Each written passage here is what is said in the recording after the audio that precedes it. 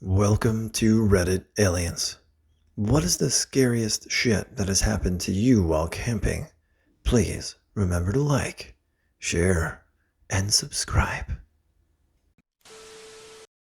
2 times. 1. Waking up in Custer State Park in my tent, hearing kinda loud, snorting, blowing breathing. I turn over and see the head of a bison silhouetted on the tent wall, and realizing it's a few feet from my tent. Never been so still and quiet in my life. 2. Hammock camping. Waking up feeling the need to pee. Did that just waking up looking around to see my surroundings, which was enough to startle the coyote that was sniffing the suspended human burrito. I'm not used to leaping out of a hammock like that. I was quite proud I didn't fall flat on my face afterwards. When I was 12, I went to week camps a lot. They had this camping canoe overnight trip, which was a blast. Also helped that I grew up on the 7-lake chain, so I would always lead the way to the campsite. The first time I went there, me and a few other girls went to go get firewood for s'mores, so we went really far back into the woods. It was like pitch black, by the way. Found firewood, blah blah, then started to head back. I swear to effing life, there was someone in the woods, extremely tall, wearing a nightgown, looked bald, which does not match my short-ass campmates. Skipped the boring parts, we just ran back to the campsite.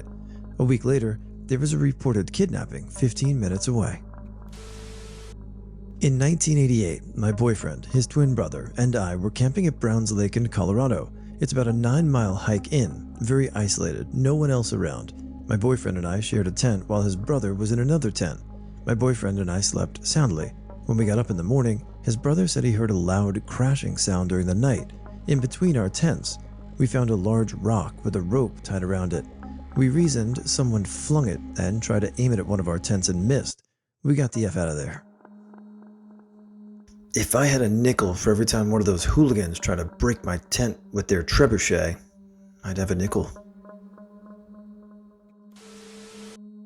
Was staying at a Fish and Wildlife parking lot. In Washington, if you have a Discover Pass, you can access to the state parks, fish and wildlife areas, and some cooperative power parks. So this guy had beat me to it. He was parked super illegally, taking up half the spots. So I pull in, set up my stuff. My car is my hobomobile. Bed in the back and basic needs like my power pack, my 12-volt fridge for my beer and booze, simple life. It takes a minute and makes noise. I guess I woke him up. He gets out all pissy, threatens to ram my car. Instead of saying I was a dick for waking him up, I did say sorry. He then pulls out a gun and starts to point at my knees and tires. Then he just locks up, like a busted android who attacks protocols got reset. I'm a nerd, best way I could describe it. Slowly put the gun away, gets in his car, and drives away.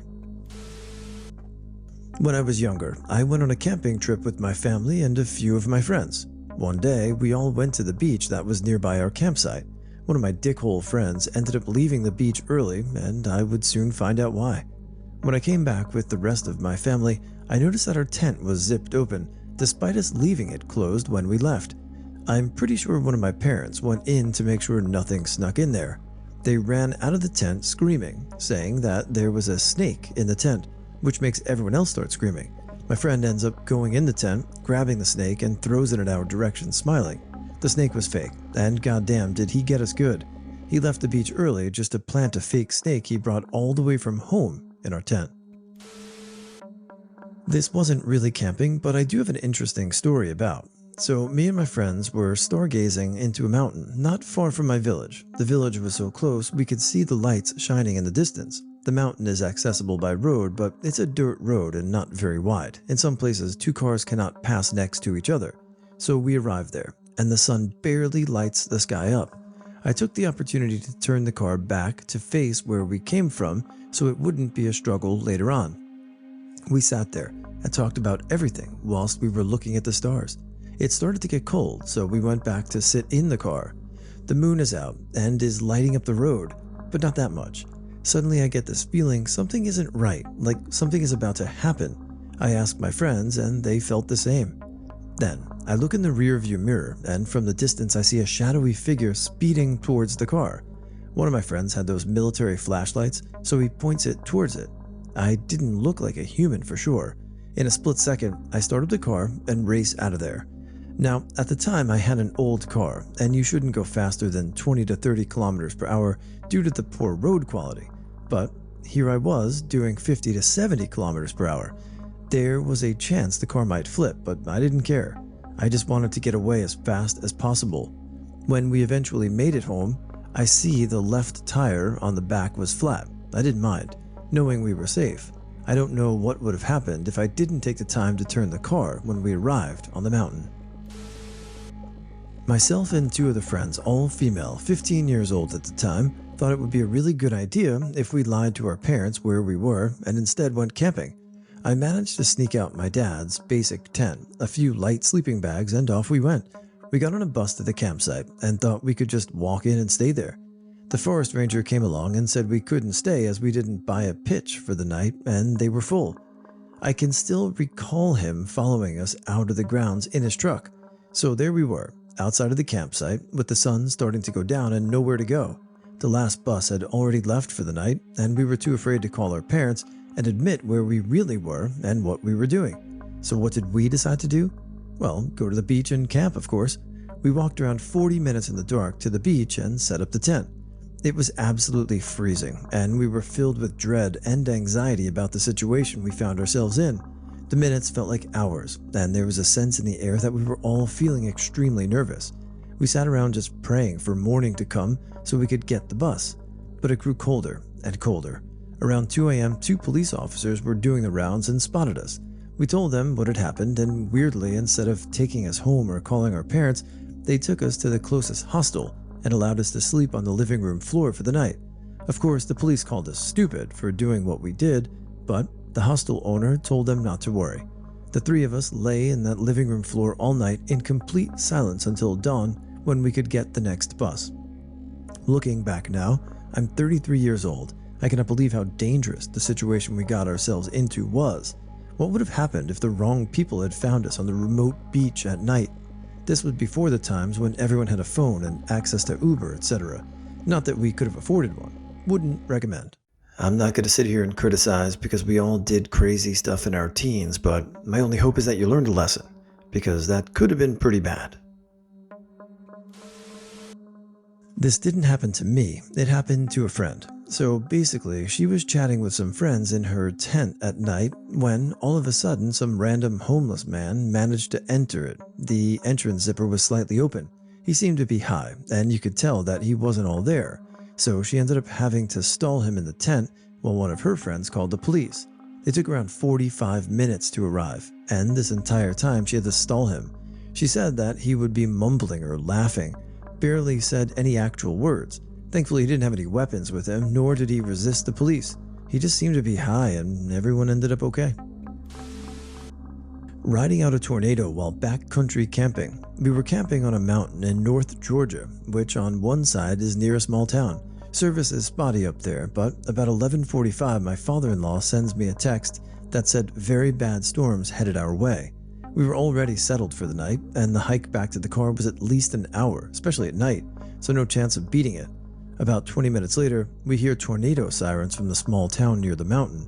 A couple minutes later, the weather starts to get very bad. We're in a small Big Agnes backpacking tent, and it starts to blow to the side and water rushes in from under the rainfly. At this point, we're scared shitless about a tree falling on us, so we put our backpacks on for protection and get into a tornado position I learned in school. We hear the hammock campers about 150 yards away start to scream. Lightning, thunder, and strong winds for about 20 minutes, and then it's over. The tent held, and as far as I know, no one got hurt. In '93, I was hiking with a buddy on Mount Arjuna, Java, Indonesia. Our plan was to hike to a hut 2/3 of the way up and camp overnight, then continue to the summit in the morning. We got started late, and as darkness started to fall, along with a persistent rain, we hadn't reached the hut. It was really dark, so we decided to sleep in our bivy sacks, basically ziplocks for people. It fully sucked, and neither of us were able to sleep. Towards dawn, we heard loud thrashing in the bushes. Not knowing what it was, we decided to stay very still. The noises got closer, and we heard something rustling around in our gear. Really terrified, I poked my head out of the sack and came face to face with an Indonesian man less than a meter away. We both screamed and he took off. My friend and I both got out of our sacks, and we were surrounded by about a dozen soldiers. One of them spoke some broken English. We learned that they were on a training hike. We never learned why they were rummaging through our gear, but they pretty much got on their way, and we were fine. It obviously could have gone very south very quickly, but it was all good in the end. I never left late on a long hike again. Our first camping trip last year ended up being during a snow, sleet, lightning storm. I've had my tent for several years at that point, and this was the first time it was truly weather tested. I didn't sleep well at all for all the flashing and thrashing the forest was doing. I've never slept through a storm that bad before while camping. My poor dog was scared and shivering so bad I had to put him in the car to sleep. I dashed out to the truck between the insane flashes of light illuminating the entire forest for several seconds at a time and made him a little nest. I saw that hail was piled up several inches on the side of the tent, as well as water forming under the soil and leaves and rolling down the slope we were on, making my concerns even greater. Thank goodness we were on the high ground, on a small flattened area barely large enough for my tent footprint. Finally fell asleep in the early morning hours as the storm passed. Had dreams my tent and air mattress floated down the mountain. Woke up to sunshine, small rivers carved all around our site, small flood mounds of debris, the brightest, freshest, most glorious smelling earth, and a freaking dead man's tree limb right above our tent. I learned many lessons on that trip. Next time, I will sleep in the truck with the dog. Did you know the weather was going to be that bad?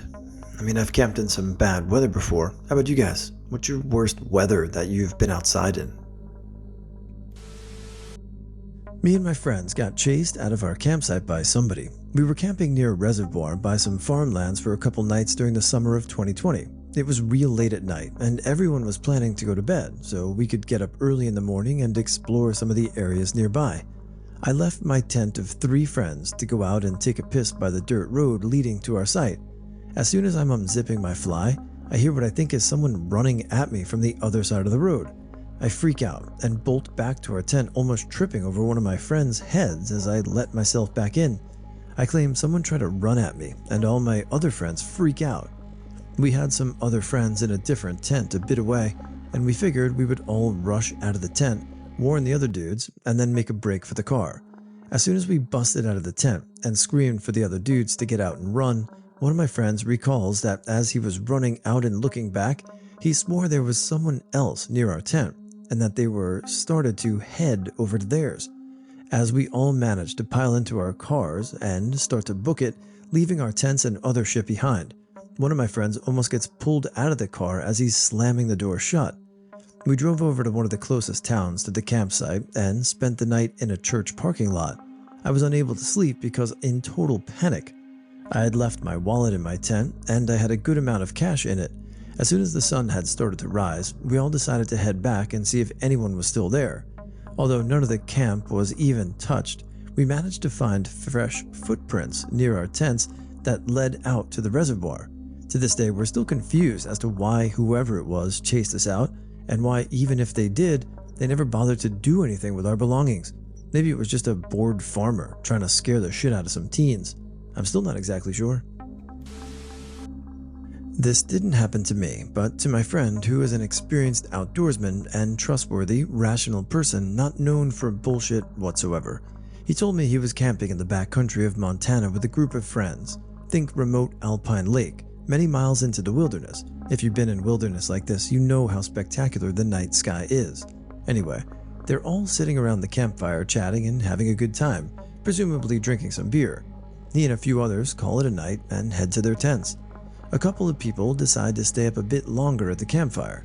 Some time passes and he's awoken by a very loud sound, what he described to me as like a metallic whirring sound. He told me the story like 10 years ago. I wish I could remember details better and tell you what that means even. It's going on for a few minutes and he's pretty annoyed. Thinking it's drunk people by the campfire playing speakers, he pokes his head out of the tent to tell them to knock it off. The people at the campfire are mesmerized by the sky. There's a spectacular light show, bright objects whizzing around quickly in a way that defies what we all know about physics and the night sky. Again, this story is fuzzy in my brain, so I wish I had more details for you about exactly what he saw. I can't remember if he described objects or if it was just lights moving in the sky, accompanied by this very loud noise still. Everyone is understandably freaked out, and they are deep into the wilderness, nobody around, no cell service. It's dark, and there's no hiking out, so they go back to their tents to hold down for the night. One of the girls he's camping with is so terrified, she wraps her hair around her ears, kind of Princess Leia style, and stuffs her hair into her ears to try to block the noise. She's kind of rocking back and forth, and my friend hugs her tightly through the whole night to comfort her. Nice. At some point, it stops. Morning comes, and they all hike out. That's the story. I wasn't there, so can't confirm any details. Again, my friend is a rational human, not prone to bullshit or the supernatural or any of that. He's a well-respected community member, actually owns a small business in town, etc. The story was relayed to me a long time ago, so I wish I was more clear on some of the details, but I do believe him.